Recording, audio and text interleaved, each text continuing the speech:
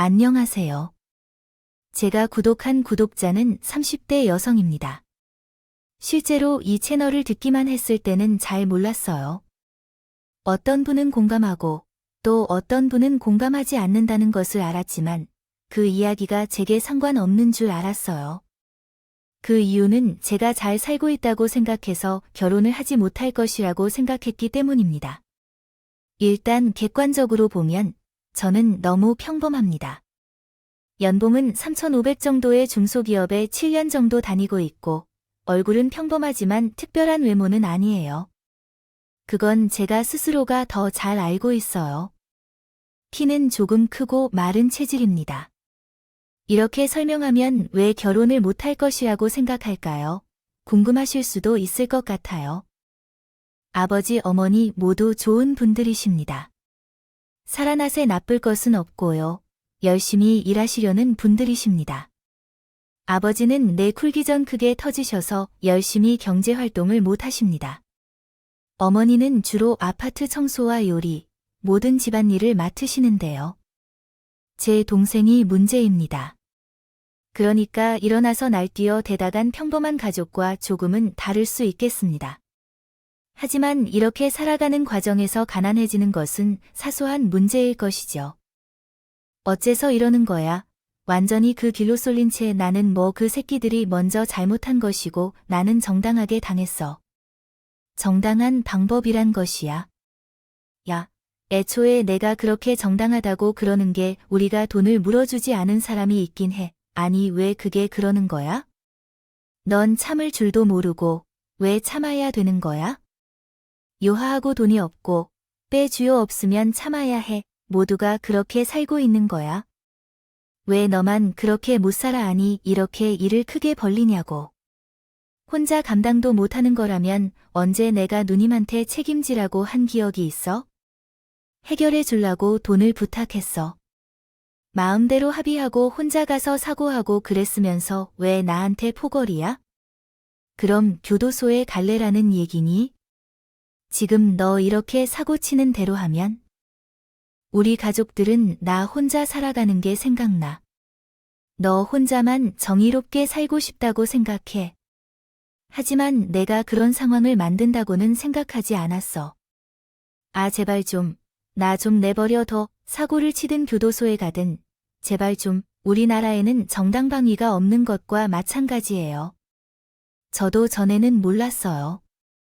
하지만 진짜 소송을 진행하면 누가 더 심하게 때렸는지 혹은 먼저 때렸는지만 볼 뿐이에요. 행위가 왜 시작되었는지, 그것이 누구에게 당한 것인지는 확인하지 않았어요. 무엇보다 동생이 어릴 때 배운 태권도가 문제가 되었어요. 고등학교 때 선수로 나가다 보니 문제가 커졌고요. 가중 처벌을 받는 이유였어요. 어릴 때부터 몸이 약하고 마른 편이어서 종종 시비를 걸었다는 생각이 들더라고요. 했었죠. 그래서 가르쳤던 운동이 독이 되었습니다. 동생은 참는 범위가 없었고 한 대 맞으면 10대로 갚아주는 독종이 분명 먼저 맞은 건 동생인데 감시 카메라 속의 동생은 도망가는 그들을 잡아서 주워 패기도 했죠. 저는 그걸 뒷수습한다고 모은 돈도 없었고 그나마 결혼 자금으로 따로 힘들게 모은 돈은 작년에 아버지가 수술을 하면서 쓰게 되었습니다. 그러니 제게는 시집살이 고부 갈등이나 남제들이 먼 남의 이야기인 줄 알았어요. 그런데 그런 책에 결혼을 하자고 진지하게 말하는 사람이 생긴 겁니다. 그것도 겨우 6개월 만난 남자 친구였죠. 당연히 저는 거절을 했습니다. 우리 만난 것도 얼마 되지 않았는데 벌써 결혼은 좀 이르지 않아요? 그리고 오빠가 나한테 사귀자고 했었죠. 나는 결혼을 할 수 없다고 했을 때도 분명하게 말했잖아. 하지만 그 사람이 좋다는 걸 깨달았고 기간은 그리 중요하지 않아. 결혼을 할 수 없다는 이유가 뭐냐고?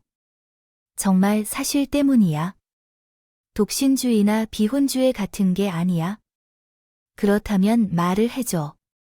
말해주면 내가 이해할 테니까. 그 전에도 몇 번 연애를 했지만 분명히 결혼은 하지 않을 거라고 했어. 그리고 그 조건이 맞아야만 연애를 했어. 그 이유를 정확하게 말하지 않았다. 이전에 딱 한 번 우리 가정사를 공개해 진행했다가 헤어졌을 때 더는 비참해지고 싶지 않아서 대충 독신주의라고만 말해 놓았어. 저희 상태였어요. 어차피 그거나 저거나 결혼을 하지 않을 것이 똑같은데 가정사를 입에 내지 않으려고 한 이유는 우리 가족을 욕먹이기 싫었기 때문이었습니다. 그때 한 번 이야기를 했을 때 남자친구는 우리 가족들에게 멀쩡한 거지 같은 가족이라고 했었지요.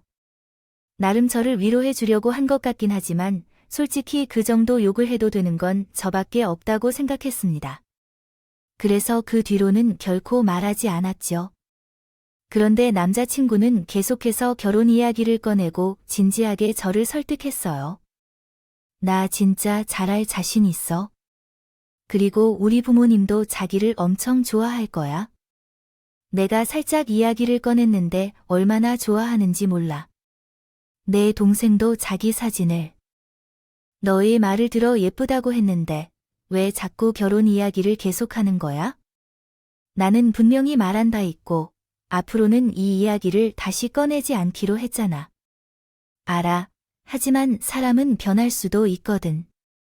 처음부터 독신이 아니었을 리가 없고 뭔가 상처가 있다면 내가 받아줄 여유가 있는 거야. 또한 나는 자기를 위해서만 살고 있고 나 곤란하게 만들고 싶지는 않아. 아, 그래도 머릿속에서 조금이라도 상상해 볼 수 있잖아. 만약 짧다면 짧지만 길다면 긴 반년 아니면 1년, 2년과 같이 사귄 사람은 우리처럼 자주 보지 않을 것. 또한 매일 밤에 통화하고 서로에 대해 많이 아는 사람은 우리 둘뿐일 거야. 하지만 나는 상상해 볼게. 우리 둘은 무엇을 하고 있을까요? 어떠한 상상을 할지 결혼 생각에 대해 그래. 나는 자신과의 결혼 생각을 하고 있어 내 스타일이 조금 다를 거야. 일단 신혼집을 먼저 갖추려고 해. 그래서 결혼식을 계획하고 있어. 너무 늦게 하는 건 별로니까. 여유롭게 신혼생활을 즐겨가며 집을 꾸며나가고 결혼식을 올린 후에는 신혼여행을 갈 생각이야. 물론 다음에는 상대방이 원하는 곳으로 여행을 떠나고 그 다음으로는 상대방이 회사를 그만두고 싶다고 하면 휴식을 취하게 할 생각이야. 취미 활동도 하고 동생과 놀아주며 퇴근하면 저녁을 준비할 거야. 내 취미가 요리이기 때문에 설거지를 마치고 나면 상대와 맥주 한 잔을 마시고 오늘 있었던 일들을 이야기할 거야. 어때? 좋지 않겠어? 근데 나는 누가 그렇게 살 수 있어? 나니까 가능하지. 내 능력되니까. 그리고 나는 정말 그렇게 할 수 있어.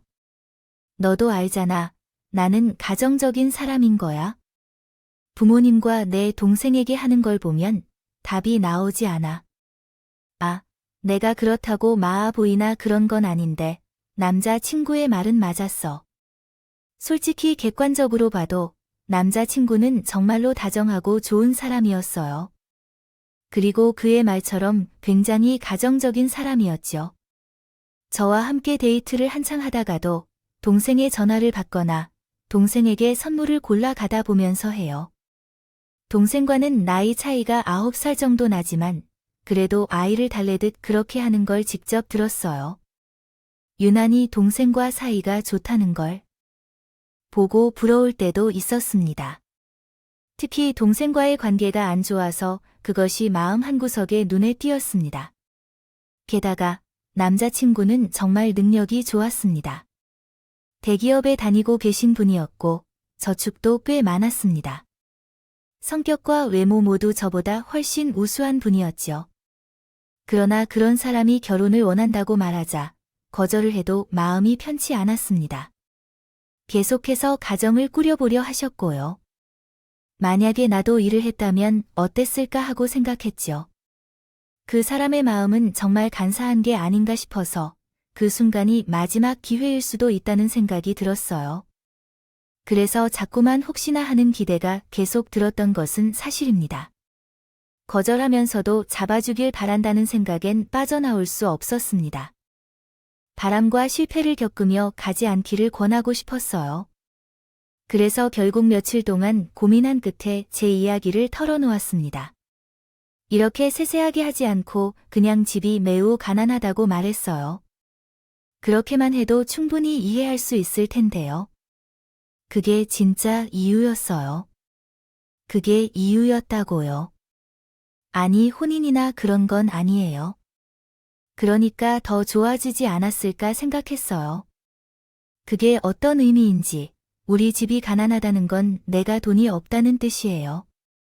그래서 내가 해결할 수 있는 문제라는 거죠. 사람은 내가 변화시키기 어려운 것을 금전적인 문제는 제일 잘할 수 있어서 서로 조금씩 더 좋아질 수 있는 문제라고 생각했어요. 오빠가 생각한 것을 솔직하게 이야기하는 거예요. 가난하다는 말을 낭만적으로 생각하지는 않아요. 저는 어리석었어요. 저는 현실적이었죠. 사람이야. 근데 잘 생각해봐. 나랑 결혼하면 자기가 안정적일 거고, 너는 집 걱정 안 해도 돼. 나도 금전적으로 지원해 줄 거야. 아니야. 결혼은 그냥 할 수 있는 게 아니라는 말이야. 아, 대출 받으면 되는 거야? 아, 그리고 일단 카드로 살면 돼. 내가 다 갚아주면 되는 거지. 너한테 그런 거 가지고 눈치 줄 생각 전혀 없어. 그리고 그 정도 문제면 오히려 난 속편해. 아니, 아닌 게 아니야. 다 내가 다 거든. 결혼식, 결혼 준비 비용, 뭐 혼수까지.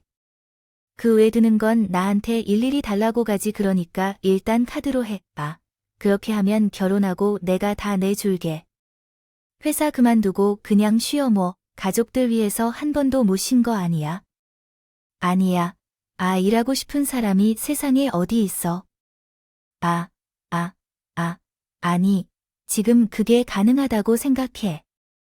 오빠 부모님도? 우리 부모님은 돈을 절대로 따지지 않는 분들이시지요.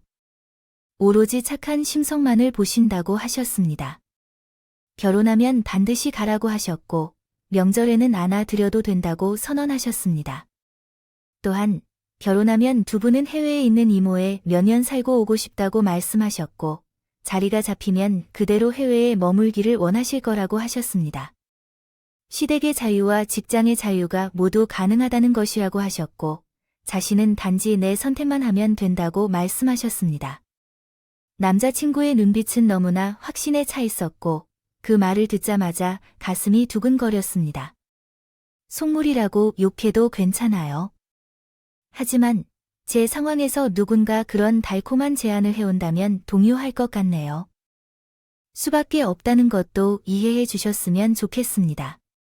그때는 마치 신이 제게 주신 단 한 번의 기회 같은 느낌이었어요. 기회의 신은 머리밖에 없어서 제 곁을 후에는 잡지 못한다는 말도 있죠. 그러니 그가 제게 제안한 그 말은 놓치고 싶지 않았습니다. 그 뒤로 몇 번 더 이야기를 했고, 저는 그렇게 결혼을 하는 방향으로 갔죠. 단, 조건을 걸었습니다. 그 사람의 부모님이 반대한다면 정말로 포기하겠다고 말이죠. 아, 그럴게 진짜야. 아, 근데 정말 걱정 안 해도 된다고. 우리 부모님은 손 꼽아서 내가 결혼하기를 기다리는 분들이야. 아마 자기가 곁에 있고 숨만 쉬겠다고 하면 허락해 주실걸, 그래요. 그럼 일단 만나기 전에 허락을 받고자 하는데, 오빠가 물어볼까? 내가 긴장되지만 사전에 다 말할게. 우리 사장에게 특히 자세히 설명해주면 좋을 것 같아. 아, 그 부부는 걱정하지 말아줘. 일부러 강조하거나 생략하지는 않을 테니까. 그리고 내 남동생에 관해 얘기했는데, 그것도 이해해줬어. 괜찮아. 남자니까 진짜 멋 있더라. 앞으로 합의금이든 뭐든 이런 얘기는 좀 그런가? 어쨌든 내가 다 해결해 줄 테니 걱정 마라. 난 남동생이 있어서 그의 심리적인 면을 완전히 이해해. 그렇게 말하고 나서 다음날 남자. 친구는 허락을 받았다고 했고 아이처럼 좋아했다고 했어요. 남자 친구의 부모님이 저를 너무 칭찬했다고 전해주셨습니다. 솔직히 저도 좋은 인상을 받았어요. 하지만 조급하고 속닥거린 느낌은 없었어요. 그런데 진짜 결혼은 주변 친구들의 이야기처럼 진행되는 것 같다는 생각을 해봤어요. 시간을 두고 천천히 준비하고 절차대로 진행하는 것이 중요하다는 얘기를 들었는데 그 말이 맞는 것 같습니다. 이렇게 말해 주셨죠. 결혼이 순탄하게 진행되는 것은 정문에 서 있을 때 새삼 깨닫게 된 느낌이라고 말씀드렸습니다. 자기 집에 먼저 인사드리는 것이 올바른 것이고 우리 집의 부모님께도 말씀을 드렸어요. 아, 그럼 좋았어요. 뭔가 나쁜 얘기를 하시려는 게 아니라면 좋을 것 같아요.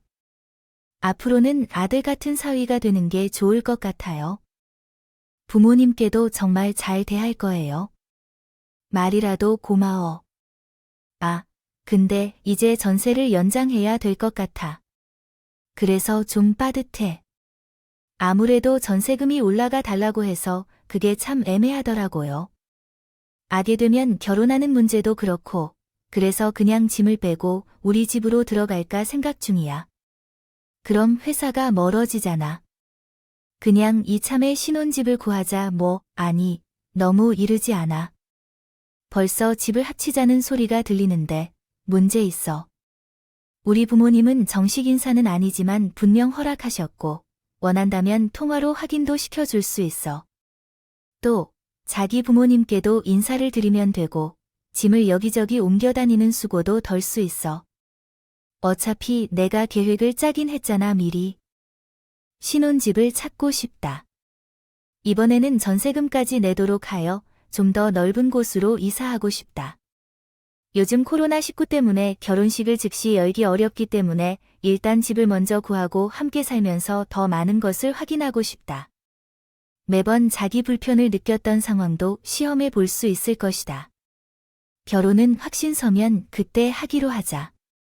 부모님에게 허락을 받아야겠다. 그냥 잠시 멍한 상태로 있었을 뿐인데 여자친구가 찾은 아파트에서 생각이 나 정말 꿈 같다.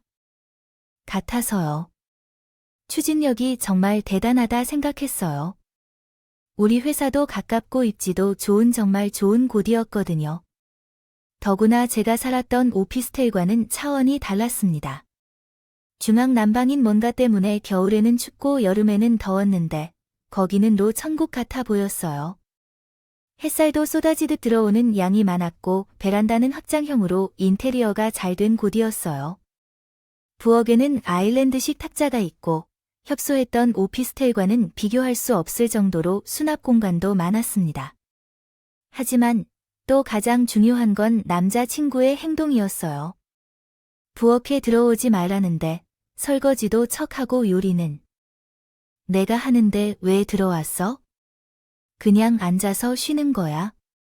일하느라 힘들었을 텐데. 아니요, 내가 야채 손질 좀 도와주고 싶어.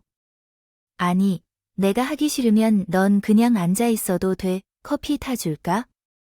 그렇게 기다리고 있으면서 마시면 어때?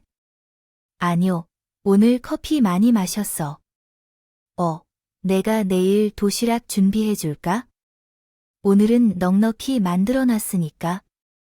드라마에서, 아니 요즘은 그런 남자는 비현실적이라는 게 나오지 않으니까 상상으로 볼 수 있는 정도의 사람이었습니다.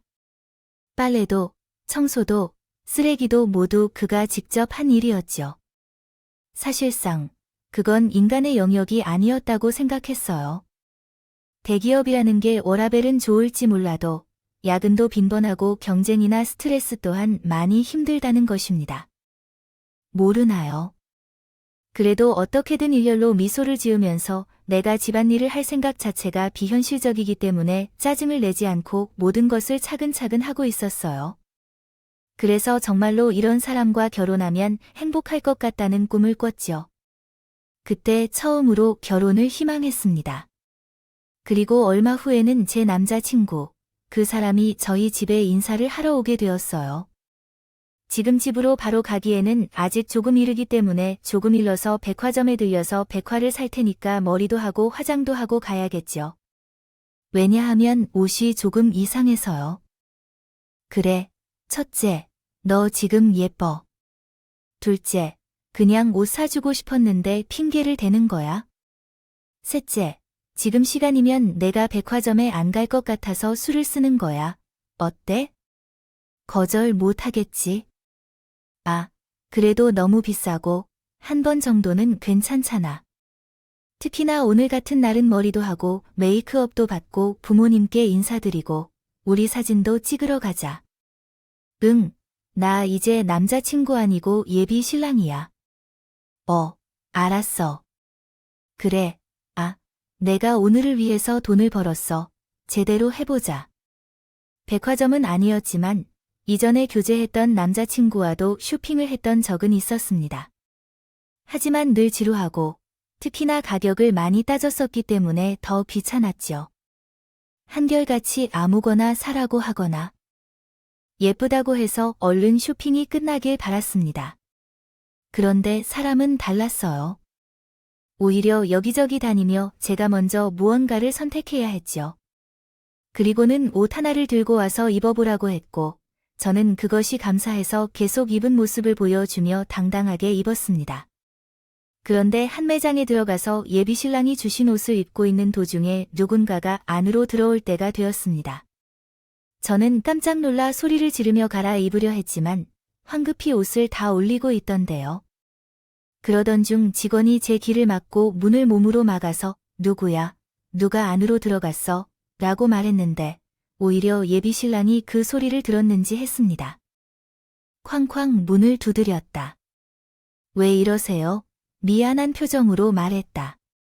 놀란 거 아는데 저 사람한테 속지 마세요. 인생종이 밖에 있는 저 사람 그 여자가 뭔가를 더 말하려고 했을 때 문이 활짝 열렸고 하얗게 질린 것 같은 표정으로 저를 끌고 나왔어요. 그런데 그 여자가 다시 제 손을 잡아 끌더니 고개를 잡아 흔들었어요. 그러자 예비신랑이 이를 드러내며 여자를 밀쳐냈습니다. 여기 관리자 불러서 제대로 명시가 질척거리지 말고 제발 내 앞에서 사라져. 사람들이 하나 둘 모이자 직원들은 황급히 자리로 돌아가 버린 후 우리 그대로 나왔어요. 저는 예비신랑의 행동에 약간 놀란 상태였는데 차를 타고 이동하면서 말했다. 주더군요. 기분 불쾌하지 마세요. 그 여자가 저를 쫓아다녔어요. 꽤 오랫동안 오빠랑 아는 사람이었다는 거라고요. 그냥 이웃이었죠. 어찌나 끈질긴 사람이었는지 지금 생각해도 치가 떨릴 정도예요.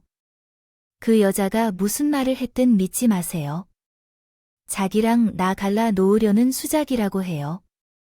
돈만 보고 접근한 여자라고요. 난 저런 여자는 정말 딱지색인데 같지만 어딘지 모르게 찜찜한 마음이 드는 건 어쩔 수 없었어요. 무엇보다 그 간절한 눈빛이 계속 거슬렸고 뛰어들어와서 제게 미안하다고 한 사과도 뒤에 더 말하려다가 못한 말도 했지만 그 찜찜함을 뒤로 하고 저는 그 사람의 부모님 앞에 자리를 찾았습니다. 잡았어요. 그런데 어디에도 예비신랑이 말하던 남동생이 보이지 않았습니다. 이야기 많이 들었어요.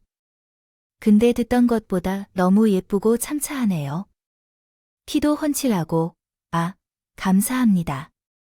보통은 키 많이 크다는 말을 듣긴 하는데 요즘에 작은 애들도 좀 그래. 내가 키가 작아서 큰 사람들이 너무 좋더라고요. 좋게 봐주셔서 감사하네요. 어머님도 예쁘세요. 여성스러우신, 아담하시고. 아유, 말 이쁘게 하는 것 좀 봐, 여보. 여보는 어때요? 나야 뭐, 우리 아들이 데리고 왔으면 그냥 오케이지. 우린 기다렸어요. 목 빠지게 얼른 결혼 날짜 잡았으면 좋겠어. 우아네. 그때 예비 시어머니가 제 손을 잡더니 다정하게 말씀하셨습니다. 형편은 들었어요. 아이고, 대단해요. 우리 아들이 도와줄 거라며 뭐 하겠다고 해도 여자 마음은 예상 못하는 녀석이네요. 무슨 뜻인지 알아요. 그러니 어려운 일 있으면 나에게 말해주시면 좋겠어요. 그리고 결혼식과 드레스, 미용은 내가 아는 사람이 있어요. 그냥 알고만 있는 거 아니고 유명해서 줄을 서잖아요. 거기서 따로 맡겨서 할 거고 비용도 일체 걱정 안 하셔도 돼요. 알았어요. 아니, 그렇게 해주실 필요는 없어요. 내가 하고 싶어서 그래요. 우리 이미 다 이야기했으니까. 그리고 결혼식이 빨리 진행되어야 해요. 외국으로 갈 준비도 해야 하고요. 또 들었어요. 우리 외국에서 몇 년 머물다 올 거라는 거, 어쩌면 거기서부터는요. 살게 될지도 모르고 시댁이 근처에 있는 것만큼 좋은 건 없지만, 그래도 뭔가 구실이 좀 있을 것 같아서요. 그래요. 우리한테 기회라고 생각해요. 세상에 이런 시부모님이 계시나요? 약간 보고 꼬집어보고 싶은 마음이었어요. 예비 김예비 씨 어머니도 예비 씨 아버지도 사이 둘 다 따뜻한 분들이었어요. 그런데 정말 너무 말이 안 된다고 할 정도로 좋은 분들이라 그런지 점원의 말이 머릿속을 계속 맴돌았던 게떡니다. 뭐라고 했다. 뭘까요? 그 여자가 심어놓은 작은 의심의 싹을 띄었어요. 가장 먼저는 참석하지 않은 예비 신랑의 동생이었습니다. 우리 집처럼 사고를 지나치게 부유하다면 사고를 쳐도 별 문제가 없을까요? 듯했죠. 혹시 그 동생이 예비 신랑의 아이일까라고 하기에는 9살의 아이를 낳았던 것 자체가 말이 되지 않았습니다. 저는 한참 머리를 굴리다가 혹시나 싶어서 휴대폰 녹음기를 슬쩍 켜고 제가 벗어놓은 코트 주머니에 넣었죠. 그리고는 휴대폰을 두고 온 것 같다면서 잠깐 차에 다녀오겠다고 하러 간다며 비웠습니다. 그리고 15분 정도 있다가 천천히 올라갔죠. 너스레를 떨면서 한참 찾았는데 보이지가 않는다고 말하며 앉았고 더불어 식사 자리는 마지막까지도 좋았습니다. 아가씨가 난 우리 가족이 꼭 되면 좋겠어요. 우리 작은 아들도 참 좋아했을 텐데. 그러게요. 못 봐서 너무 아쉬워요. 티 없이 맑고 착해요. 라고 했습니다. 보면 더 좋아하실 것 같아요. 아가씨가 착해서 감사합니다. 너무 좋게 봐주셔서요. 그래요. 다음에 따로 또 연락할게요. 종종 놀러오기도 하고요. 그리고 그 뒤에 저는 예비 신랑과 가벼운 드라이브를 했어요. 집에 돌아와서 오늘의 일에 대해서 이야기도 했죠. 생각보다 너무 좋게 끝나서 제가 녹음을 했고 의심이 생겨서 한 일들을 모두 잊어버렸어요. 그러다가 아침에 세수를 하러 가는데 퍼뜩 번개처럼 머리를 스치고 지나갔어요. 정말 생각 없이 출근길에 이어폰을 꽂고 걸어가면서 그렇게 들었습니다. 대충 11분 정도가 녹음되어 있었고 전화가 걸리면서 도중에 녹음이 중지된 것 같았어요. 처음에는 달그락거리는 소리만 들리다가 아주 작고 둔탁한 소리가 턱하고 나면서 딱 소리와 함께 문이 닫히는 소리가 들렸어요. 소리가 들리자마자 남자친구가 먼저 입을 열었습니다. 어때? 엄마가 보기에는 누가 봐도 진짜 착하고 순해 보이지 않아? 그래, 전에 키보다 100배는 나 어디 앞이라고 함이. 아이 됐어. 계획기 왜 꺼내 밥 먹는데 입맛이 떨어지게. 그러나 동생은 누가 데리고 있어 치료센터에 보냈지. 걔 시간이 다가오는데 얼른 먹고 자리에서 일어나. 혹시라도 마주치면 어쩌려고. 그래, 근데 쟤 정말 가능하겠냐? 힘없어 보이는데. 아, 키만 크고 실속이 없으면 쓸모가 없나 보다니까. 아니, 의외로 통뼈야. 어릴 때 고생해서 그런가, 동생을 잘 돌볼 거야. 아, 저번에 회사에서 생수통도 갈았다고 하더니 보기보단 튼튼한 모양이네. 언니 썸네일 바로 무엇 그날 십자가 일요일 시간거리 그 사람들의 일이 오니 그렇지, 물론. 십자가 시청증 문의 마지막 해문 순것이며. 십자가 일요일에서 오십자가 약속한 서로 시간 바보 일요일에 가요. 안 일요일 넘버를 2호 사례 중대 되신 출산에 여자 안 됩니다. 아니다 중대하게 안 됨은 어디 그 특별한 없는 그 민영에 대한 구십들도 문때마 얼마나 인도합니다. 유방 가문전라학연가 유부동료 춘나아 명장어 언어따 상치했었다은. 발달장애 정도는 봐주겠지. 난 오히려 그 가족들을 먹여 살리겠다고 회사를 안 그만둘까 봐 그게 걱정인데 내 돈 쓰려고 안 하고 너무 돈 욕심이 없어. 친정에 돈을 좀 지어주면 되려나. 돈도 그 써본 애들이나 쓰는 거지. 평생 거지처럼 살다가 돈이 생겨서 잠깐 내송 떠는 걸지도 모르고. 어쨌든 아휴, 골치 아파. 요즘에 젊은 사람들은 힘들면 가족이 고고 다 버리니까 애 하나 돌보는 게 뭐가? 힘들다고 아휴, 못된 것들 지금 생각해도 배가 살살 아파. 으론 걱정 마셔. 내가 쟤는 절대로 못 도망가게 할 테니까 적당히 울면서 사정을 말하고 구구절절 말하면 오히려 팔 걷어서 자기가 돌본다고. 나는 부모님이 그런 생각을 하도록 설레이게 하려면 더 많이 웃고 칭찬해야 한다고 생각해요. 엄마도, 아빠도요. 특히 아빠는 표정이 너무 굳었어요. 그래서 해외에 박수 가시는 거겠지요? 아니야, 너 동생에게 잘해줘야 해. 결혼했으니 또 헛집 다니지 말고 그냥 웬만하면 가지지 말고.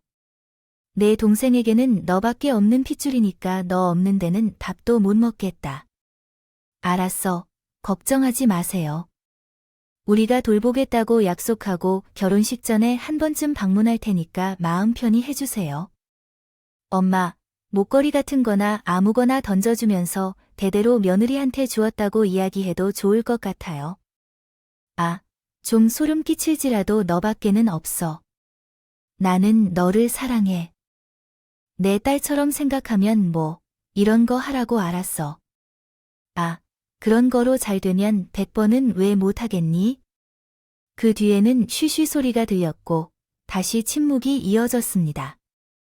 제가 온 줄 알고 착각을 한 것 같았죠. 그리고 다시 이야기를 이어갔습니다. 근데 애가 좀 없어 보이긴 하더라. 명품을 입혔는데도 엄마도, 참, 아 그럼 있어 보일까? 원래 기침이랑 구역이랑 가난은 못 숨겨. 아, 그건 맞는 말이네. 애가 1,000억이 찾으러 간다고 오지도 않고 예의가 없는 걸 보니 못 배워. 먹기까지 했네. 아, 얼른 철라 걸어봐. 그게 녹음의 전부였죠. 하지만 저는 이걸 듣는 동안 버스에도 오르지 못하고 정류장에 있었습니다. 쭈그려 앉아야 했어요. 그러면 안 되는 걸 알지만 몸이 너무 안 좋아서 회사에 전화해 못 갈 것 같다고 사정을 설명했어요. 그리고 정신을 반쯤 놓은 채 그 백화점으로 향했습니다. 그 여자는 저를 보자 정말 놀란 것 같았어요. 하지만 이내 제 곁에 앉았습니다. 이야기를 덤덤하게 털어놓기 시작했죠. 얼마 되지 않았어요.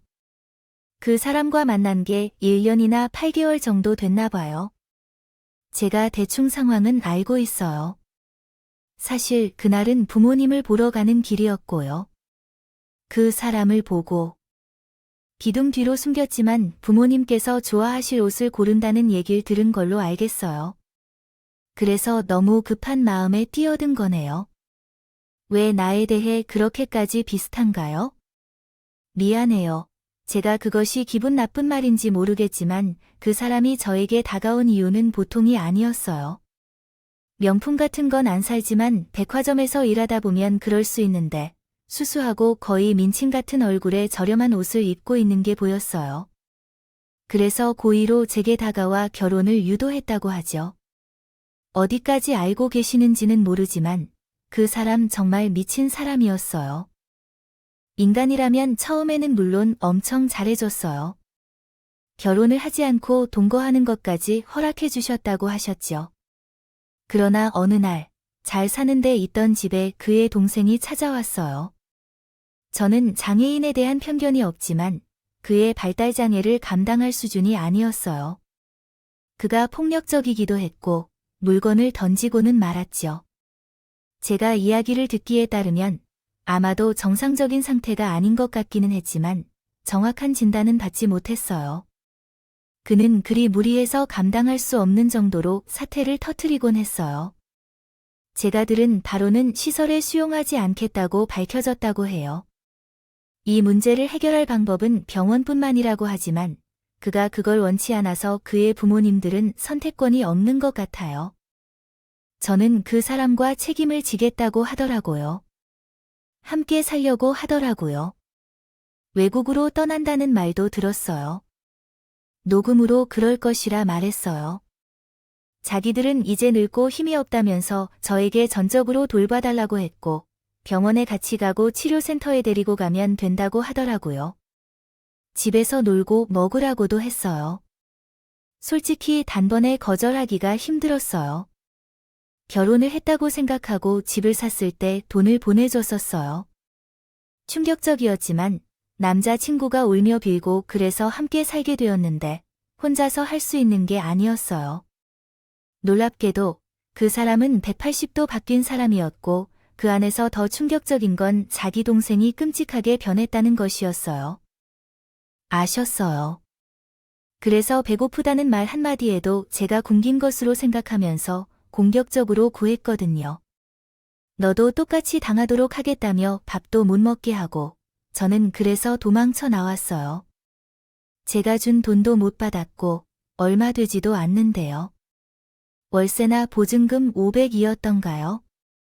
근데 달라고 하자 문제집제도 해야 한다며 그러더라고요. 자기는 나에게 쓴 돈을 받았다면서 자기도 고소할 거라며. 시간이 많은 사람끼리 싸우는 거니까 하면 해보라고. 저도 비슷한 상황이었는데 솔직히 당황이었습니다. 제 전세금이 묶여 있다는 것이 깨달려서 그랬어요. 머리가 멍하고 순간 아무 생각도 들지 않는데 다행인 건 저는 그 사람에게 딱히 받은 것이 없었어요. 꼭 하나 있다고 한다면 백화점에서 고른 옷 정도였습니다. 너무 소름 끼치는 놈이에요. 저한테 헤어질 때 그 다음 여자한테 말 안 하고 서류부터 합치는 것을 공개할 거라고 그랬거든요. 그리고 그 부모가 동생을 돌보는 조건으로 돈을 주기로 했다고 하더라고요. 동생을 아끼는 건 둘째치고 돈도 탐이 나는 것 같았죠. 정말 막막했어요. 그 여자와 헤어지고도 머릿속이 채 정리가 되지 않았습니다. 물론 헤어지는 건 결심했어요. 애초에 녹음을 들었던 순간에 결정을 내렸죠. 동생은 본 적이 없지만 저를 속이고 결혼하려고 했다는 그런 상황이었어요. 하나만으로도 더 이상의 미래가 없었다. 설령 결혼을 한들 그 남자는 나를 사랑하는 것이 아니라 동생을 돌보아 줄 여자를 찾은 거니까 행복할 리가 없었고요. 하지만 문제는 헤어질 방법이었다. 지금 헤어지자고 해도 돈 문제로 발목이 잡힐 거고 나는 그 돈을 포기할 수 없으니 나를 쫓아내기 위한 핑계가 절실했어요. 그쪽에서 파혼하겠다고 하고 돈을 돌려주는 것이 가장 깔끔한 방법이었지요. 근데 그렇게 골머리를 앓고 있던 때에 남동생으로부터 연락이 왔어요. 혹시 몰라서 남의 이야기인 것처럼 남동생에게 묻기도 했습니다.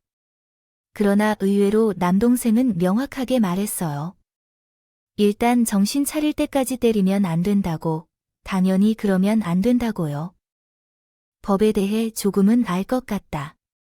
그러나 그 사람이 누구인지, 왜 내가 돈을 받고 고민을 해결해 줄 것이라고 하는지 모르겠다. 때리면 안 된다는 이유 때문에, 그래서 예의 바르게 문제를 해결해 주겠다고 말하는데, 결국 저는 사실을 밝혔습니다. 동생은 진짜로 때릴 것처럼 소리를 지르며 제게 욕을 퍼부었습니다. 어디서 이런 사람을 만나 결혼하겠다고 생각했을까? 음식물 쓰레기보다 따뜻하겠다는 말도 했습니다. 그리고 돈 받지 않고 깔끔하게 문제를 해결하겠다고 했다. 물론 불안했지만 동생이 말하는 대로 아무것도 모르는 척하고 그 사람을 처리하기로 결정했습니다. 대죠. 뻔뻔하게 전처럼 웃으면서 제 앞에서 좋은 말만 하는 그 인간의 얼굴에 주먹을 꽂아놓고 싶었지만 그래도 참았어요. 그런데 그날 저녁에 누군가가 우리 집 문을 두드렸고 그곳에는 제 동생이 커다란 짐가방을 들고 있었습니다. 나왔어. 당가능, 안 돼, 당장 가, 친구한테 가. 저는 너무 놀라서 원래 동생에게 하는 것처럼 동생을 밀었어요. 하지만 동생은 제가 아닌 예비 신랑의 눈만 바라보고 있었죠. 저는 그때서야 그 상황이 거짓이라는 걸 알고 가만히 뒀습니다. 그 사람은 고민을 하는 것 같았죠. 아마도 추측컨대 제게 빚을 지어 놓는 거라고 생각했던 것 같아요. 그렇게 제 동생을 받아주면 자신의 동생과 함께 살기 편할 거라고 생각한 것 같았습니다.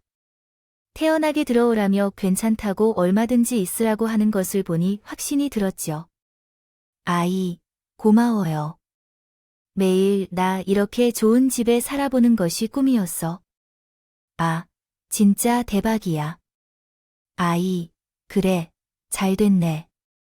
난 정말 괜찮으니까 내 집이라면 내 방도 있어야 해. 내 방, 어디 있어요? 아, 빨리 치워줘요. 나 내 방 있어야 해. 아, 운동해야 된다는 말이에요.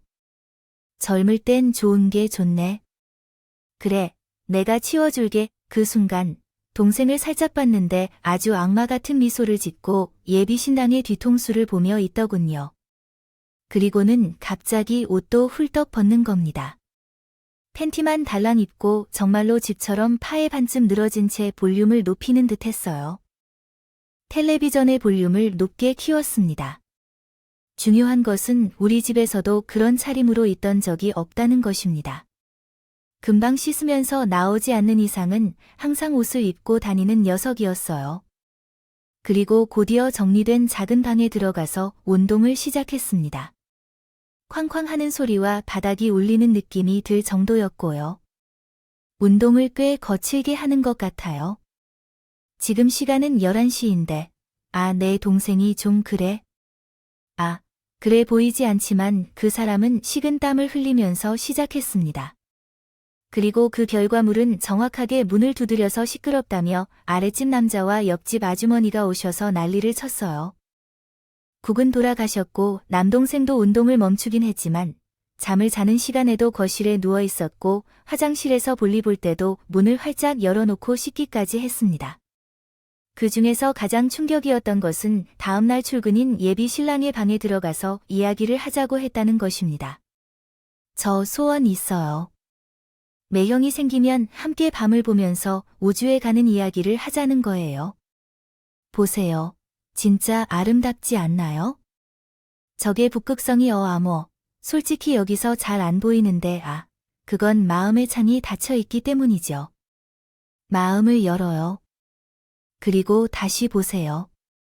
저기, 바로 저기 보이죠? 매형, 아주 무시면 안 되고 저랑 더 깊은 우주의 이야기를 해봐요. 블랙홀 아세요?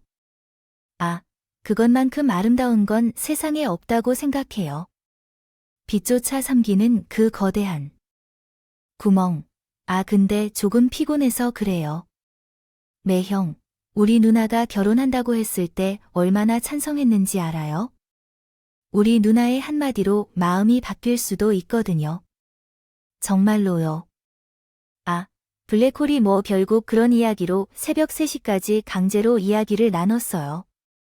그리고 아침에 누구보다 일찍 일어난 동생이 운동을 쿵쿵거리는 소리가 집 전체를 울리게 해서 강제로 비상하게 됐어요. 집념은 정말 무섭게 강행되는 것 같았어요. 제 동생은 이상한 녀석으로 유명하거든요. 제가 전혀 적지 않아요. 두기를 싫어하는 사람이라는 생각이 들었습니다.